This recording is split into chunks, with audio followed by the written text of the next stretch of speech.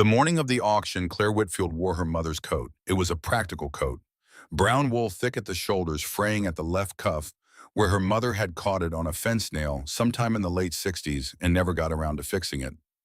Claire had worn it every winter since her mother passed, not out of sentiment exactly, but because it was warm and because waste was a sin her father had taught her to take seriously.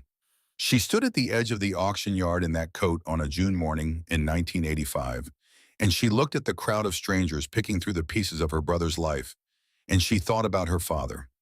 She thought about the last thing he ever said to her. She thought about a promise she had made 13 years ago in a hospital room that smelled of antiseptic and cut flowers and the particular stillness of a life winding down. She thought about a tractor that was already 24 years old when she inherited it, and she thought about the land, 80 acres of black Illinois soil, flat and rich and patient land that had been in the Whitfield family since before she was born, land that was now about to go to whoever raised a paddle in the next 20 minutes. She had $38,000 in a savings account. She needed 44. The auctioneer was saying something about prime farmland, about topsoil depth, about current corn yields.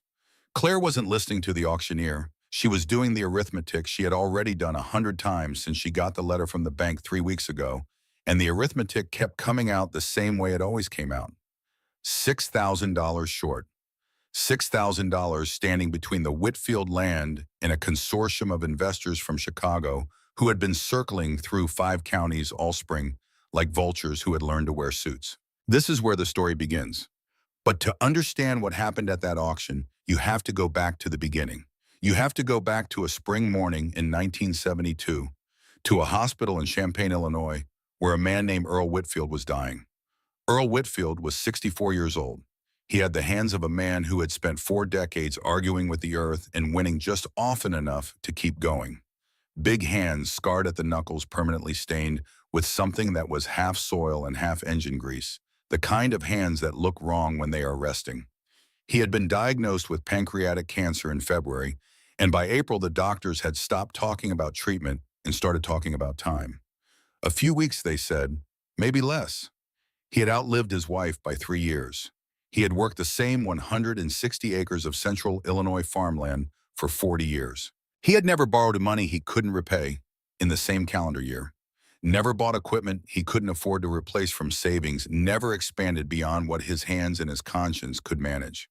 And now he had 2 children standing on either side of his hospital bed, and he knew with the clarity that comes to people who are running out of time exactly what was going to happen after he was gone. Wade was 30 years old, the firstborn, tall in the way that suggests a man has never quite stopped being surprised by his own height. He had ideas. He always had ideas. Big ideas about expansion and modernization and the future of agriculture, about grain contracts and equipment upgrades, and the hundreds of acres that sat just beyond the property line, waiting to be absorbed into something larger and more serious than 80 acres of family farmland. He was already calculating. Earl could see it in the way his son's eyes kept drifting toward the window, as if the real conversation was happening somewhere else, and Wade was only partly present for this one. Claire was 26, the younger one, and she had her grandmother's stillness. That was the first thing Earl noticed about her when she was very small, that she had Margaret's stillness. She didn't fidget or fill silence with noise. She watched. She listened. She processed things at a depth that didn't always show on her face, which meant that people who didn't know her tended to underestimate what was happening behind her eyes. Earl looked at his children and made a decision. He divided the land equally, 160 acres split down the middle. Wade would take the north 80, Claire would take the south. The equipment would be divided fairly. The farmhouse on the south parcel would go to Claire. Wade could make arrangements for himself. The lawyer had the paperwork ready. Wade nodded, already calculating. That's fair, Wade said. We can work it together, share equipment, coordinate on planting schedules. No, Earl said. His voice was quiet, but it was not weak. It was the voice of a man who had made his decision and was not interested in negotiating. You work your land, she works hers. Separate. Wade started to object. Earl stopped him with a look that had been stopping arguments for 30 years. There's something I need to say to your sister, alone. Wade's jaw tightened. He did not like being excluded from anything, had never liked it, had been constitutionally opposed to the idea that any conversation could exist that wasn't available to him. He stood there for a moment with that familiar tension in his face, the look of a man deciding whether to push back, and then he turned and walked out. The room went quiet. Earl reached out and took his daughter's hand. He said, "Sit down, Claire. There's something I've never told anyone. Not your mother. Not your brother. And I need to tell you now, because if I don't tell you now, I never will." The story Earl told began in 1933. His father, Franklin Whitfield, had come to central Illinois from Ohio in 1914 with almost nothing. He worked for other men for 6 years, saved what he could, and in 1920, he bought his first parcel of land, 80 acres, the same 80 acres that Earl would eventually work, the same 80 acres that Earl was now dividing between his children. Franklin paid cash. It took everything he had. For 9 years, things were good. Franklin bought equipment, improved the soil, learned the land the way a man learns something he intends to keep for the rest of his life. He married a woman named Rose, had 2 sons, Earl, and an older boy named Chester, and by 1929, the farm was producing well, and Franklin was thinking about expansion. He borrowed money in the spring of 1929. A loan from a bank in Champaign secured against the original land to purchase an adjacent 40 acres that had come available at a price too good to ignore. The banker assured him it was sound. Everybody was borrowing. Everybody was expanding. It was that kind of time. By October, it was a different kind of time. Franklin couldn't make the payments.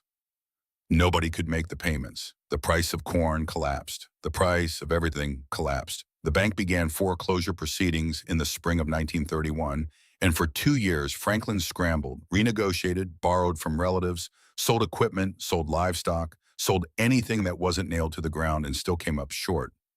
The bank set an auction date for March of 1933. Franklin's older brother Chester had married well. A woman from Springfield whose family had money, old money, the kind that doesn't disappear in a crash because it isn't invested in anything as unpredictable as crops or commodity prices. Chester's had connections to the banking world through his wife's family. He knew about the auction before the notice was even posted.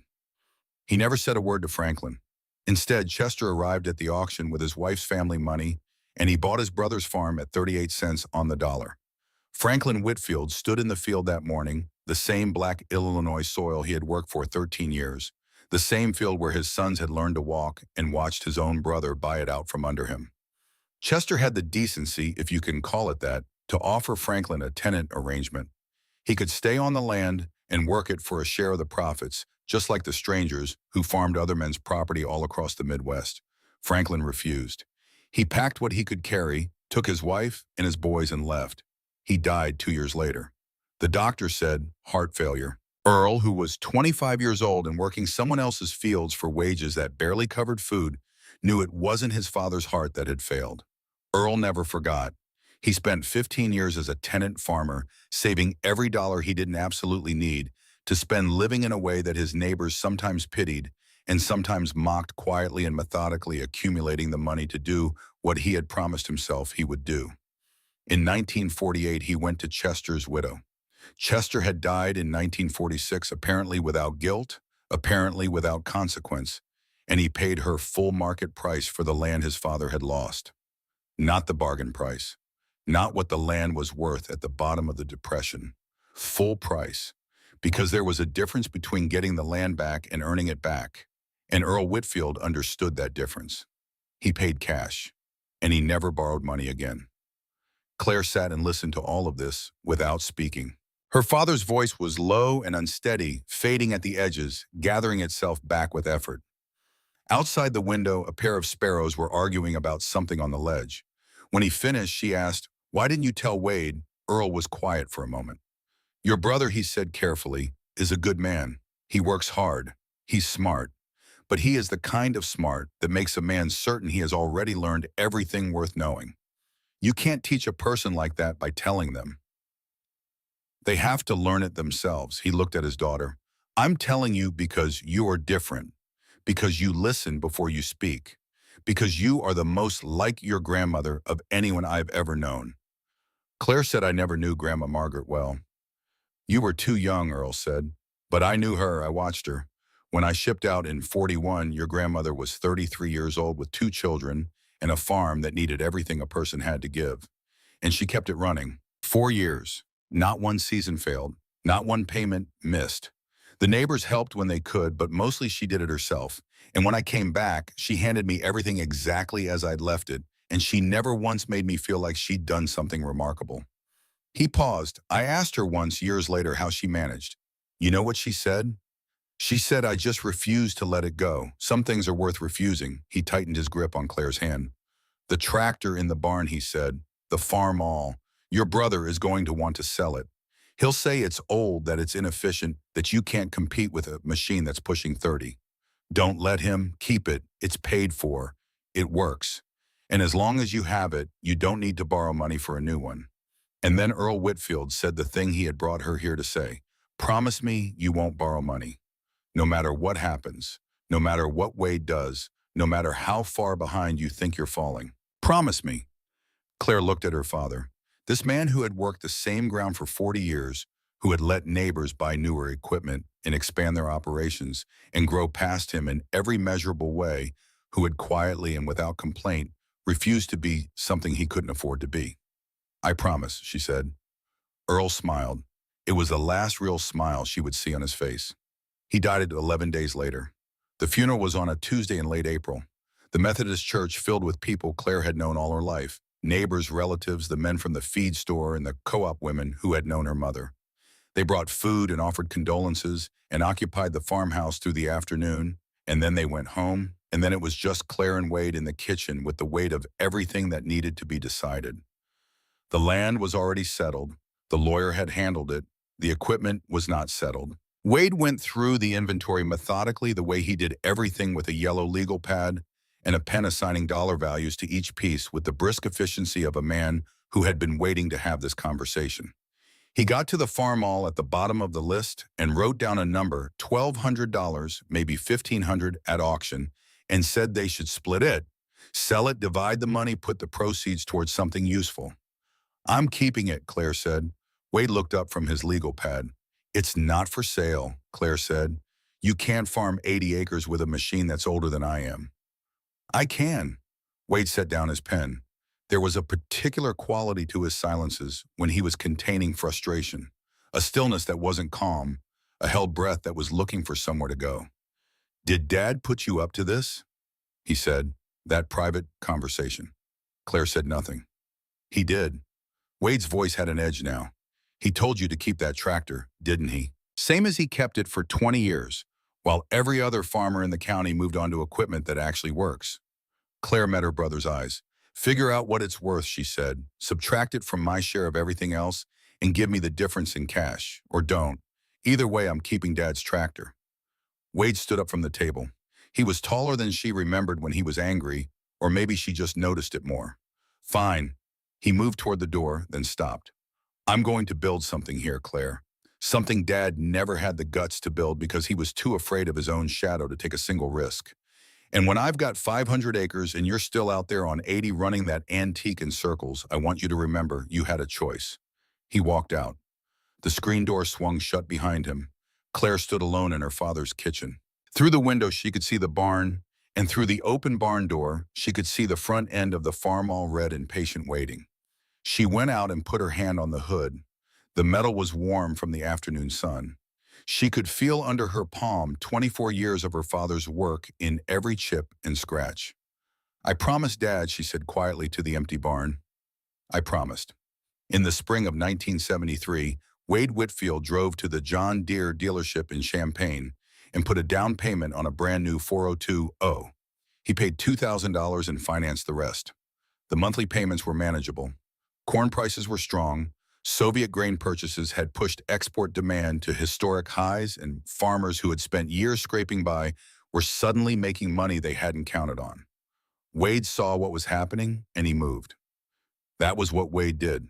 He moved. By the end of the year, he had rented an additional 40 acres from a neighbor whose son had moved to Indianapolis and had no interest in farming. By 1974, he had purchased another 80 on credit using the north parcel as collateral. The bank was cooperative. The bank was cooperative with everybody that year. Diane Pruitt had come into Wade's life in the fall of 1972, 6 months after the funeral. She was from Danville, a town person, not a farm person, and she was sharp and beautiful, and she had the particular kind of energy that makes a certain kind of man feel like he is finally operating at the scale he always deserved. They married in the spring of 1973, right around the time Wade bought the new tractor. Diane had ideas too. She had spreadsheets and projections and conversations with the bank that Wade sometimes sat in on and sometimes didn't. She drew the expansion plans on graph paper and walked Wade through them at the kitchen table in the evenings, and Wade looked at what she had put together and felt for the first time like someone had mapped the exact shape of his ambition. They made a striking pair, the two of them, confident and deliberate and growing. Claire watched from 80 acres south. She had married Leland Aldrich in the summer of 1974. Lee was a quiet man from Paxton, the son of a pharmacist who had come to farming. Late, he'd spent his 20s working at a grain elevator in Champaign before deciding he'd rather be outside. He had no romance about it. He knew what farming was. He knew it was math and weather and stubbornness, more than it was anything else. What he admired about Claire, what had drawn him to her in the first place, was that she knew it too. They lived in the farmhouse on the south parcel.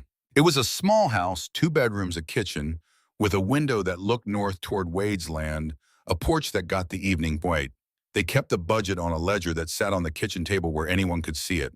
Claire knew every number in that ledger the way some people know their own birthday. She knew what they were spending, what they were making, what was left, what was possible. They were not getting rich. They were not getting poor. They were covering the ground in front of them without putting any weight on ground that didn't belong to them yet. In the summer of 1975, Wade stopped by on a Sunday afternoon. He parked his new truck, a Ford he'd bought that spring on credit, in the gravel drive, and leaned against it with the ease of a man who has grown accustomed to being looked at. He nodded toward the Farmall in the barn. "Still running the old girl, I see." "Still runs fine," Claire said. "I could probably get you a good deal on a 4020. Got a friend at the dealership. You'd double your output. I'm producing plenty. Plenty isn't the same as profit." Wade settled his arms across his chest. "I cleared 14,000 last year." 14,000, Claire. What did you clear?" She looked at her brother steadily. "Enough," she said. Wade laughed. It was not a mean laugh. It was the laugh of a man who genuinely cannot imagine a different set of values. "That's your problem right there. Enough. I don't want enough. I want to build something. Something bigger than what Dad had." "Dad built something that lasted." Wade shook his head. "Dad was scared. That's what you don't see. He could have had 1,000 acres. He had the land, he had the ability, and he sat on 80 because he was scared of debt, scared of risk, scared of what might happen if he reached for something real. And he passed that fear down to you." Claire looked at her brother, really looked at him. The new clothes, the new truck, the numbers he quoted like they were proof of something, the hunger in his eyes that kept looking for more to feed on. "He wasn't scared," she said quietly. "He knew something you don't." Wade climbed back in his truck, then he rolled down the window. "When I'm running the biggest operation in the county," he said, "don't come crying to me." The gravel sprayed as he pulled out. Lee was standing on the porch. He had heard most of it. "He's not wrong that he's doing well," Lee said. "No," Claire said. "He's not wrong about that." She looked north toward Wade's land, toward the dust settling from his truck. "He's wrong about what it costs," she said. "He just doesn't know it yet."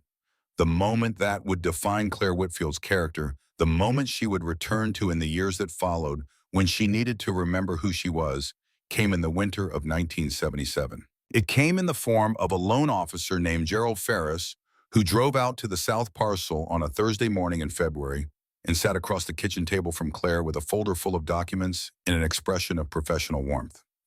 He explained in the careful language of someone who had made this presentation many times that a neighboring parcel, 40 acres, good soil, well-drained, had come available at a favorable distressed price. The owner, a bachelor named Kowalski, who had no children and no heirs, had decided to sell before his health made the decision for him. The asking price was well below market. The bank's loan terms were, Gerald Ferris said, among the most competitive they had offered in years. Lee sat beside Claire and looked at the numbers and said nothing for a long time. "It's a good price," he finally said. Claire looked at the documents. The numbers were right. Gerald Ferris was not wrong about the price or the terms. The 40 acres would add production that would more than cover the payments, even in a middling year. It was the kind of opportunity that came along once every decade, and people who let it pass usually regretted it. She took the application home that afternoon. She sat at the kitchen table with it in front of her for 2 hours, the winter dark coming in through the window, the Farmall visible in the open barn door under the yard light. She thought about her father's hands. She thought about Franklin Whitfield, watching his brother buy his land at an auction. She thought about Margaret Whitfield keeping the farm running alone for 4 years, not because she was fearless, but because she had refused to let it go. She thought about the promise. She thought about Lee, who had looked at those numbers with the clear eyes of a man who could see the logic of them. Lee was not wrong either. That was the hardest part. Lee was not wrong and her father was not wrong, and both things could be true at the same time, and only one of them could be acted on. She picked up the application. She looked at it for a long time. Then she put it down without signing it. Lee found her in the kitchen later that evening. He saw the unsigned application on the table. He sat down across from her without speaking for a moment. Then he said, "Claire." "I know," she said. I know the numbers, Lee." "Then tell me why." She looked at her husband, this man who had never asked her to be anything other than what she was. This man who had sat in this kitchen for 3 years and trusted her judgment on things she couldn't always explain. "Because I made a promise I can't half keep," she said. "And because the moment I sign that paper, I'll spend the rest of my farming years finding reasons why the next loan makes sense too. That's not the farm I want." Lee was quiet for a while. He wasn't happy. She could see that clearly, and she didn't pretend otherwise. This was not one of those moments where wisdom feels wise. This was a moment where wisdom felt like loss, like watching something good drive away down a gravel road. Lee got up, went to the stove, poured himself a cup of coffee. "All right," he said, "that was all." Claire exhaled. She hadn't known she'd been holding her breath. She picked up Gerald Ferris's application and placed it in the wood stove and watched it go. Then she sat back down at the kitchen table and opened the ledger and went back to the numbers that were already hers.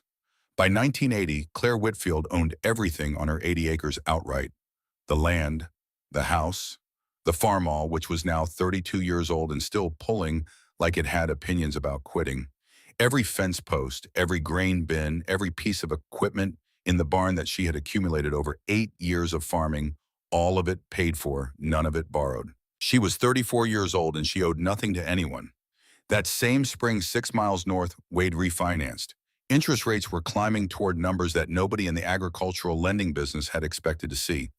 The prime rate touched 20% before summer, and farmers who had borrowed at 8 were suddenly looking at payment structures that required more cash than their operations could generate.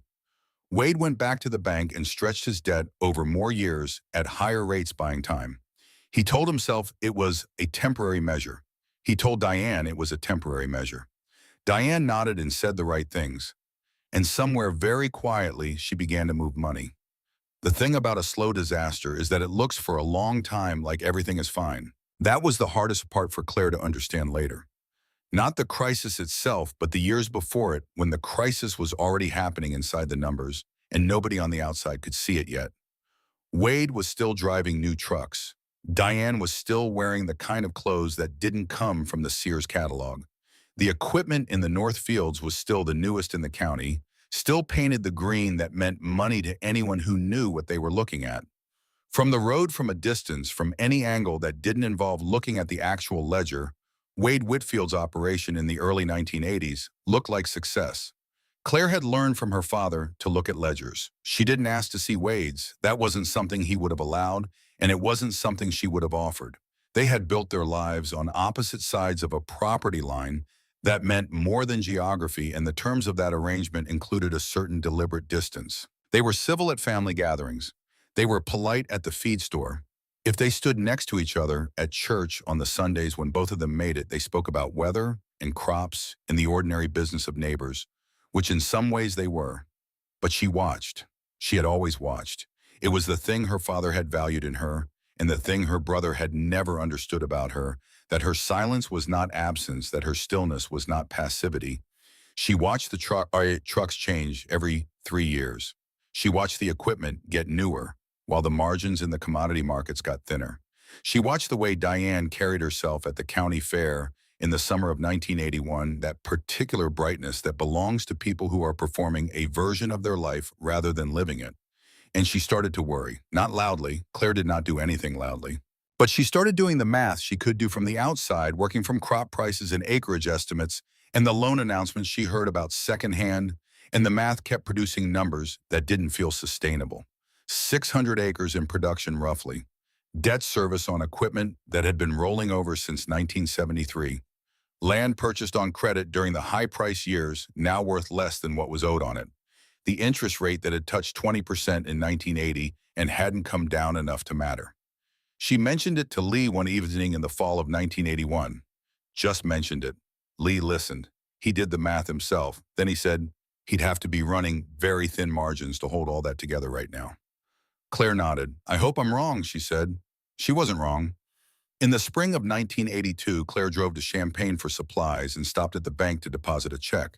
The teller she usually dealt with was on break, and a different woman helped her. A woman named Ruth who had gone to school with Diane Pruitt back when Diane was still a Pruitt and still a Danville girl, and hadn't yet acquired the particular bearing that money or the appearance of money tends to produce. They exchanged pleasantries. Ruth asked after Wade asked how the farm was doing, said something about how impressive it was, what he'd built up there. Claire said the right things and drove home. But something stayed with her. Something in the way Ruth had phrased it, how impressive it was what he'd built.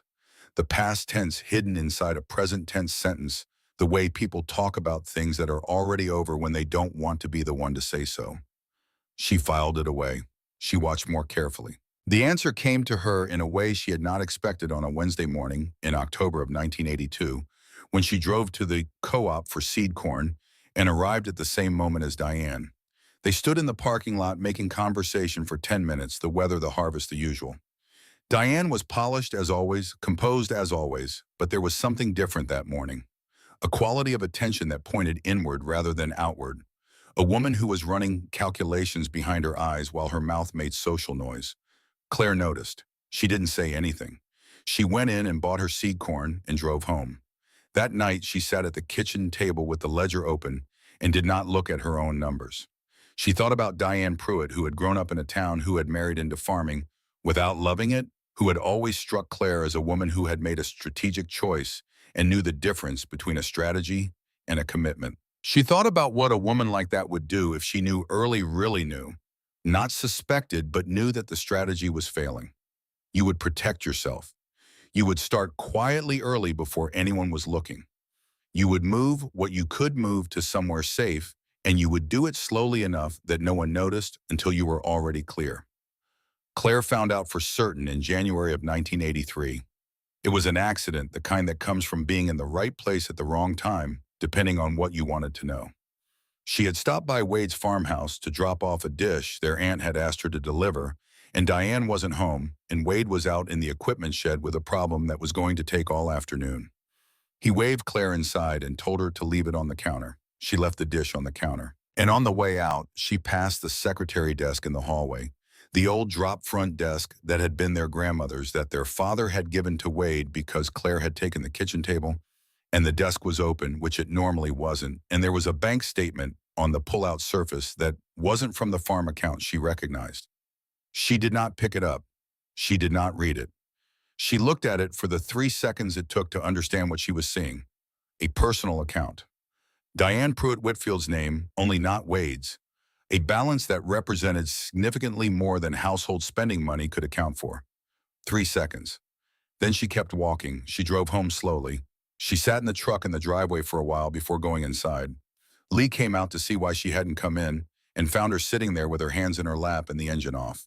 She told him what she'd seen. Lee sat on the porch step and was quiet for a long time. "You don't know how long it's been going on," he said finally. "No," Claire said, "but I can guess." Lee rubbed the back of his neck. "What are you going to do?" "I'm going to tell him," she said. Lee nodded slowly. "He won't believe you." She looked at her husband. "I know," she said. She waited until March. Not because she was uncertain, but because she wanted to be careful to say it in a way that was clear and plain and gave Wade every possible reason to hear her. She thought about it the way she thought about everything, which was thoroughly and without rushing, turning it over until she understood the shape of it. She called Wade on a Saturday morning and asked if she could come over. He said sure, sounding mildly surprised. Their visits were rare enough to be notable. She sat across from him at the kitchen table and told him what she had seen. She kept it simple. One bank account, one name on it, a balance that warranted a question. Wade listened. He was quiet for a moment after she finished. Then he said, "You went through our mail, no?" Claire said, "The desk was open." "You were in our house without us here. You told me to come in." Another silence.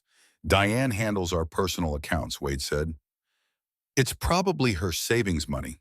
"Wade, it's probably nothing, Claire. And I'll be honest with you, it sounds a lot like you coming over here to make trouble because you've been waiting 10 years for something to go wrong over here. Because Dad left you that conversation in that tractor, and you've been telling yourself ever since that you were the one who got it right." "Wade," Claire said, "just look at the account." He looked at her for a long moment. She held his eyes and did not look away. "I think you should go," he said. She got up and drove home. That evening, Wade called Diane into the kitchen and asked about the account. Diane sat across the table from him with the stillness of someone who has prepared for this conversation and handled it the way she handled everything, directly, calmly, with a version of events that was just plausible enough. Household savings, an account she'd opened years ago for emergencies. She'd meant to mention it. She was sorry she hadn't. She looked at Wade with the expression of a woman who is slightly hurt to be questioned, and Wade looked at his wife and chose the explanation that required him to believe in her rather than the one that required him to see what he didn't want to see. He called Claire the next morning. "I talked to Diana," he said. "It's nothing. And I'd appreciate it if you'd stay out of our finances." "All right," Claire said. She did not say anything else. There was nothing else to say. She hung up the phone and went out to start the tractor. The summer of 1984 was a bad summer for a lot of reasons, and the worst of them were happening in offices rather than fields. The interest rates hadn't come down the way everyone had expected. The grain prices hadn't recovered the way the optimistic forecast had suggested they would. The land values that had climbed all through the 1970s were moving in the opposite direction now, and the farmers who had used land as collateral for expansion loans were discovering that the collateral was worth less than the debt it was supposed to secure. Across the county, across the state, across the whole Midwest, the machinery of ordinary agricultural life was grinding against numbers that didn't work. A man in a gray suit came to Wade's farmhouse on a Thursday morning in September of 1984. Claire heard about it 2 days later from Gus Vestal, who farmed the land between their two properties and who had seen the gray sedan in Wade's driveway, and who had, like most people in rural communities, a working understanding of what gray sedans and farm driveways typically meant. She sat with the information for several days. She thought about calling Wade. She thought about driving over.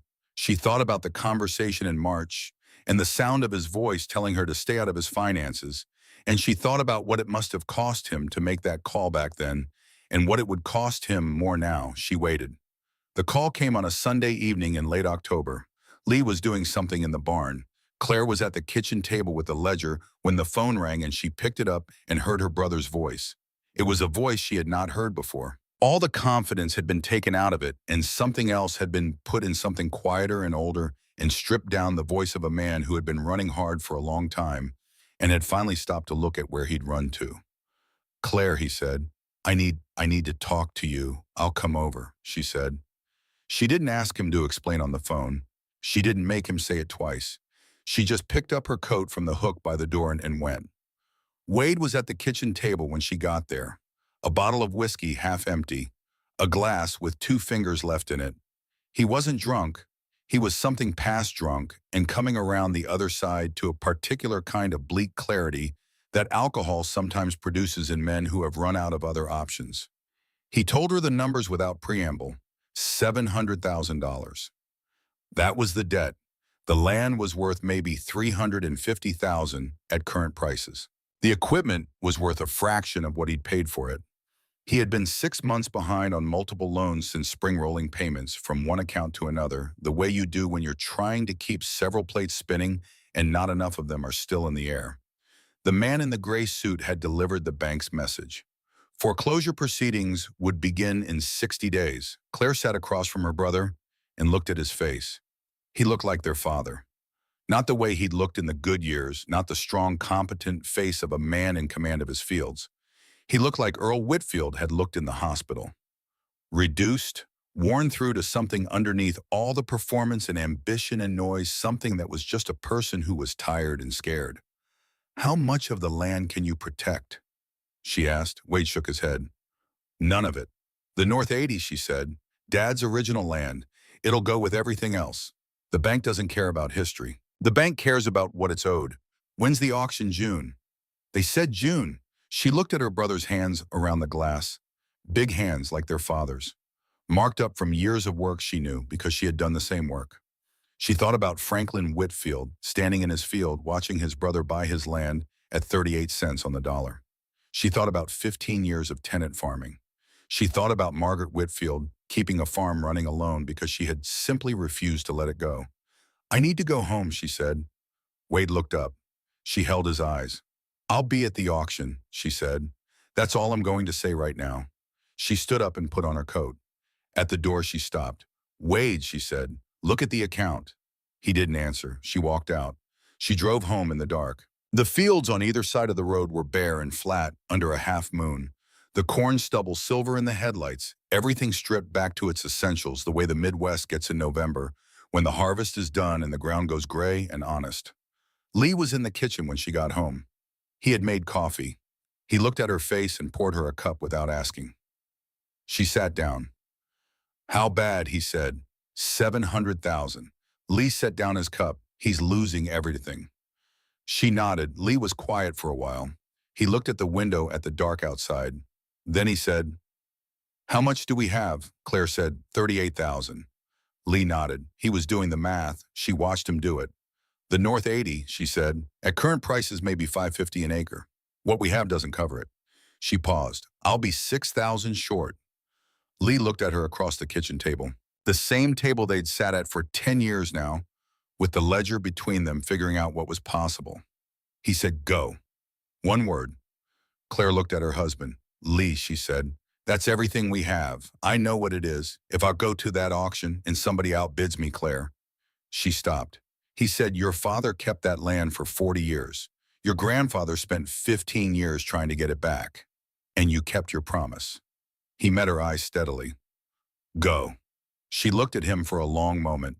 Then she reached across and put her hand over his on the table. Outside, somewhere past the barn, the wind was moving through the last of the year's dead stalks, the sound of everything that had already been decided settling into the ground for winter. The night before the auction, Claire could not sleep. She lay in the dark and listened to Lee's breathing and thought about the arithmetic one more time. The way you return to a problem, not because you think the numbers will change, but because the act of returning is itself a kind of preparation. $38,000, 44,000 needed at minimum if the bidding held at 550 per acre. 6,000 standing between the Whitfield land and whoever had the money to want it. She had no plan for the 6,000. She had the 38, and she had the reason, and she had the promise. The rest was going to have to resolve itself in a way she couldn't engineer in advance. Around 2 in the morning, she got up quietly and went to the kitchen and made a cup of tea she didn't particularly want, and sat at the table in the dark without turning on the light. She could see the barn from where she sat. The yard light caught the open door, and inside the dark, she could just make out the shape of the Farmall. 37 years old now. People had been calling it a relic since the day she inherited it. Wade had called it a museum piece, and Gerald Ferris had raised an eyebrow at it during his visit. And neighbors at the co-op had made gentle jokes about a woman who clearly had her wits about her and was still running equipment that predated the Korean War. It still ran. That was the answer. It still ran, and it was paid for, and it had never once required her to sign a document she couldn't make good on. She thought about what her father had told her about Margaret. "I just refuse to let it go. Some things are worth refusing." She finished the tea. She washed the cup and put it back in the cabinet. She went back to bed and lay in the dark until the alarm went off at 5, and then she got up and put on her mother's coat and drove to the auction. The auction yard smelled like cut grass and anxiety. Claire had been to farm auctions before. Everyone in central Illinois had been to farm auctions. They were part of the landscape of agricultural life, The way planting season was, the way harvest was, the particular silence of a field after the combine has made its last pass is. But she had never been to one like this. There were too many people.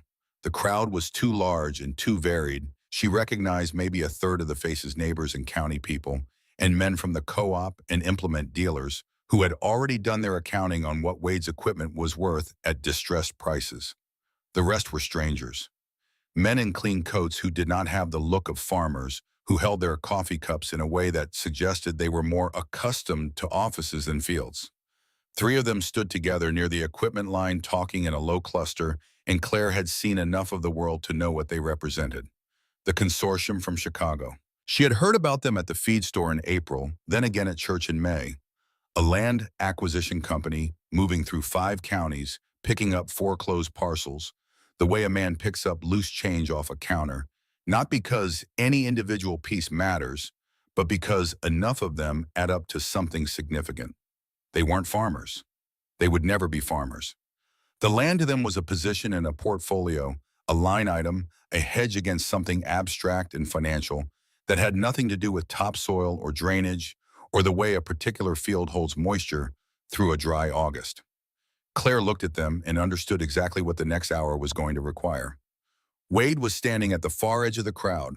He had positioned himself where he could see everything without being at the center of it, which was the opposite of every instinct he had ever had in his life. He was wearing work clothes not because he had work to do, but because he no longer owned anything else worth wearing. The nice clothes had gone the way of everything else quietly in increments, traded for time that had run out anyway. He did not look at Claire when she arrived. She walked to where he was standing and stood beside him without speaking. After a moment, he said, "You came. I said I would." He nodded. He was looking at the equipment line. The John Deere 4020 was third in the row. 12 years old now, well-maintained, still carrying the green paint that had seemed so important in 1973. There was a younger man examining it, running his hand along the hood the way a person does when they are calculating what something is worth to them. Wade watched the man touch his tractor. Claire watched Wade. The equipment sold first. It went the way equipment always goes at these auctions, faster than you expect, for less than you hope, with a brisk indifference that is somehow worse than cruelty because it isn't personal enough to be cruelty. The 4020 went for $4,200 to the man who had been examining it. Wade said nothing. Claire stood beside him and said nothing. The combine, the planter, the disc, the trucks, all of it moved through the auctioneer's cadence in under 2 hours, and when it was done, there was a number in Claire's head that she didn't want to look at directly. $42,000 roughly for 12 years of Wade's equipment purchases. He had spent 4 times that acquiring it. The crowd shifted.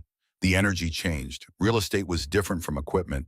It brought out a different quality of attention, a stillness that came from people understanding that what was about to happen was permanent in a way that a tractor sale was not. Land did not depreciate. Land did not get parted out or repainted or resold to someone 3 counties over. Land stayed, and whoever owned it after today would own it for a very long time. The auctioneer moved to the podium they had set up near the road. First parcel, he said, 80 acres, Section 12, Township 18. Northern parcel of the Whitfield Farm. Prime Central Illinois farmland. Current corn production. Will open at $300 an acre. Claire felt her heart do something uncomfortable in her chest. One of the Chicago men raised his paddle. 300. A voice from somewhere in the crowd, 350. The Chicago men conferred briefly. 400. Claire raised her hand. 450. Heads turned.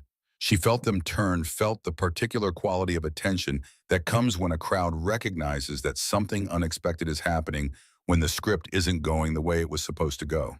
She was known here. They knew who she was and what she farmed and what she drove, and they knew that the woman in the brown wool coat bidding on her brother's foreclosed land was doing something that required a kind of accounting that had nothing to do with profit margins. The Chicago men looked at her. Then they looked at each other. 500. Claire's jaw was tight. 500 an acre was $40,000, more than she had. She was already past the edge of what was possible, and the bidding wasn't finished. 550, she said. Her voice was steady. She was surprised at how steady it was. The Chicago men conferred again. Longer this time. She watched them do the math, not the math of what the land was worth, but the math of what it was going to cost them in time and effort, and further bidding to acquire 180-acre parcel when there were other parcels in other counties available at lower prices with less resistance. She watched the calculation move across the face of the man at the front of their group. She stood in the June morning in her mother's coat and waited. Going once, the auctioneer said. They didn't raise it. Going twice. A hand came down on Claire's shoulder from behind. It was a heavy hand, a farmer's hand, and it belonged to Gus Vestal. Gus was 60 years old that summer. He farmed 300 acres between Claire's south parcel and the county road, had been farming the same ground since his father handed it to him in 1951, had watched the Whitfield family work their land for as long as he could remember. He was not a man given to speeches or sentiment. He communicated primarily in single sentences and occasional nods, and the people who knew him understood that this was not a limitation but a preference. He pressed a folded envelope into Claire's hand. 6,000, he said. Take it. She turned to look at him. Gus, she said, I can't. Your grandmother? He said. 50 tries. My father was sick. 2 years it took him to get right again. Margaret Whitfield showed up with an envelope and said we'd settle it whenever we could. No paper, no interest, just a handshake. Claire stared at him. He looked back at her with the level eyes of a man who has been waiting a long time to finish a transaction. We never could settle it, he said. Not while she was alive, not after. And then Earl. He shook his head. Your family doesn't ask for things back. I've been carrying this since '57. He nodded at the envelope. Consider it settled, sold, the auctioneer said. To the lady in the brown coat, 80 acres at $550 per acre, $44,000. Claire's knees did something she didn't allow them to do. She locked them and stood straight and turned back to face the front. Behind her, somewhere in the crowd, she heard a sound she had never heard from her brother before. Not words, not his voice exactly. Just a sound that a man makes when the last thing he was holding on to doesn't get taken after all. The paperwork took 2 hours.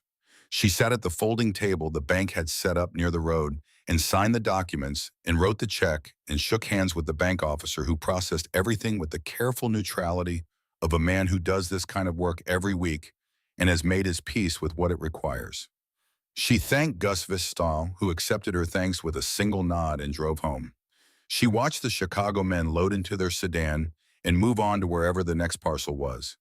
And then the crowd thinned, and the equipment was loaded onto trailers, and the auction yard became a field again, and it was just Claire and Wade standing on the edge of what used to be his land. The North 80, Whitfield land, hers now. Wade looked older than 43. The morning had put something on him that might eventually come off, but it was going to take time. He said, you were 6,000 short. Gus Vestal. He was quiet for a moment. Why, Grandma Margaret? Years ago. She helped his father when he was sick. Wade looked out at the field. The corn was waist-high, healthy, indifferent to the legal proceedings that had just transferred its ownership. I didn't know that, he said. Neither did I.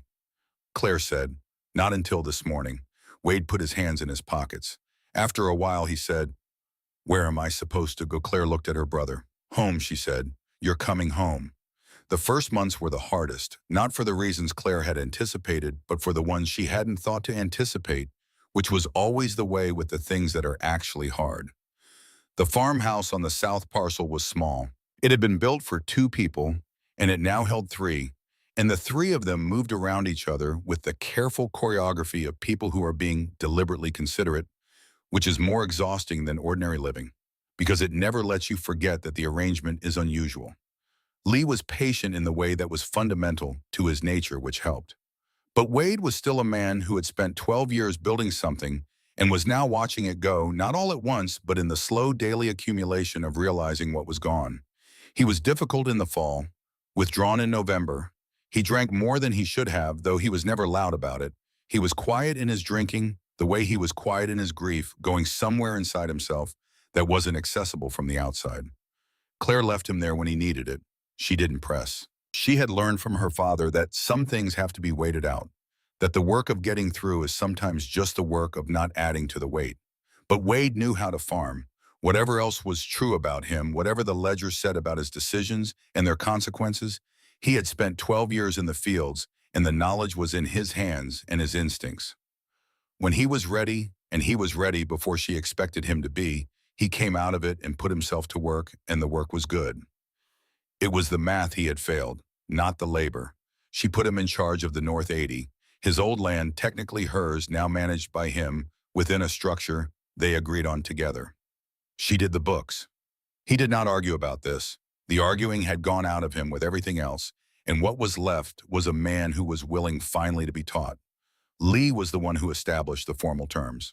He sat them in the kitchen one evening in December of 1985 and put it plainly: equal work, equal share of the income, no hierarchy, no debt.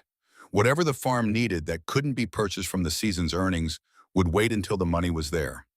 Wade looked at the terms written on the piece of paper Lee had placed on the table. He said, "This is how Claire's always run it." Lee said yes.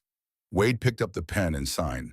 Diane Pruitt Whitfield had filed for divorce before the foreclosure was final. The account Wade had never looked at closely had given her the start she needed. She moved to Chicago and then later to somewhere in Arizona. She sent no word and expected none in return. Claire did not spend much time thinking about Diane. When she did, she felt something more like recognition than judgment. A woman who had seen a structure failing and protected herself, whose real fault was not the protection, but the silence, the years of building a private exit while standing at the public entrance, pretending the house was sound. What Claire had done was different. She had tried to tell him. That mattered to her. Spring of 1986 was a good spring. The weather came in right and the planting went well, and the corn prices held at a level that allowed them to cover their costs and set aside something modest for the equipment fund they kept in the ledger, under a heading that said simply "for when we need it." They used the Farmall.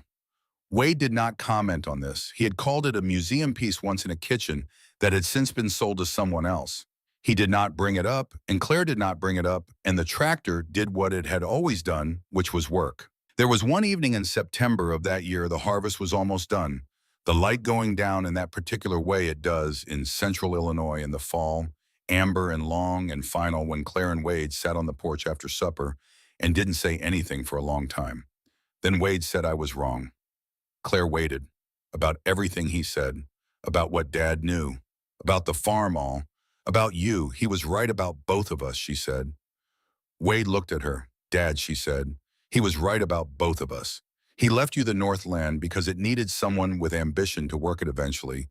He left me the South because it needed someone willing to wait. Neither of us could have done the other one's job. He saw something in you," Wade said. "He saw something in both of us." She looked at the fields. He just knew which thing needed protecting first. The years after that settled into a rhythm that Claire would remember in the decades to come as the most ordinary and most sufficient time of her life. They paid cash for a disc harrow in 1987. They paid cash for a reconditioned grain bin in 1989.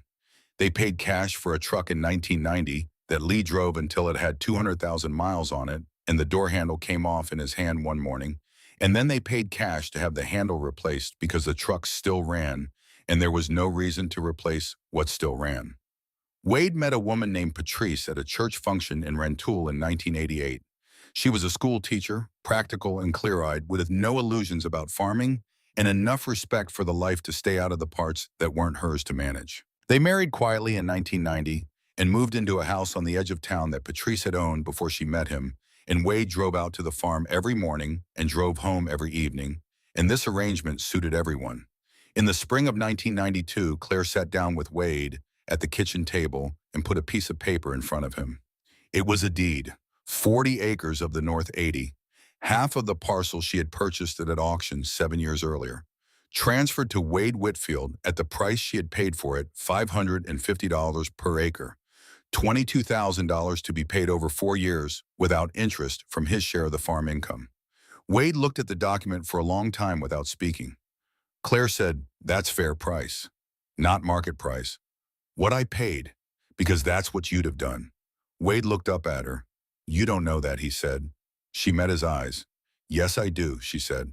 He looked back down at the deed, reading it carefully the way a man reads something he wants to be sure he understands completely before he responds. Then he said, "The South 40, that's the better soil." Claire looked at him. "Better drainage," he said, "closer to the water table. Higher yield per acre historically." Dad knew that when he split the land. He gave you the stronger half. He set down the deed. He wasn't just protecting me from myself, Wade said slowly. He was protecting the land from me and protecting you and waiting for me to become someone who deserved to have some of it back. The kitchen was very quiet. Claire said, "Sign the deed, Wade." He picked up the pen. He signed it. Then he sat back in his chair and looked at his younger sister across the table. He said, "You never told me what he said to you in the hospital, the private conversation." "No." "Will you tell me now?"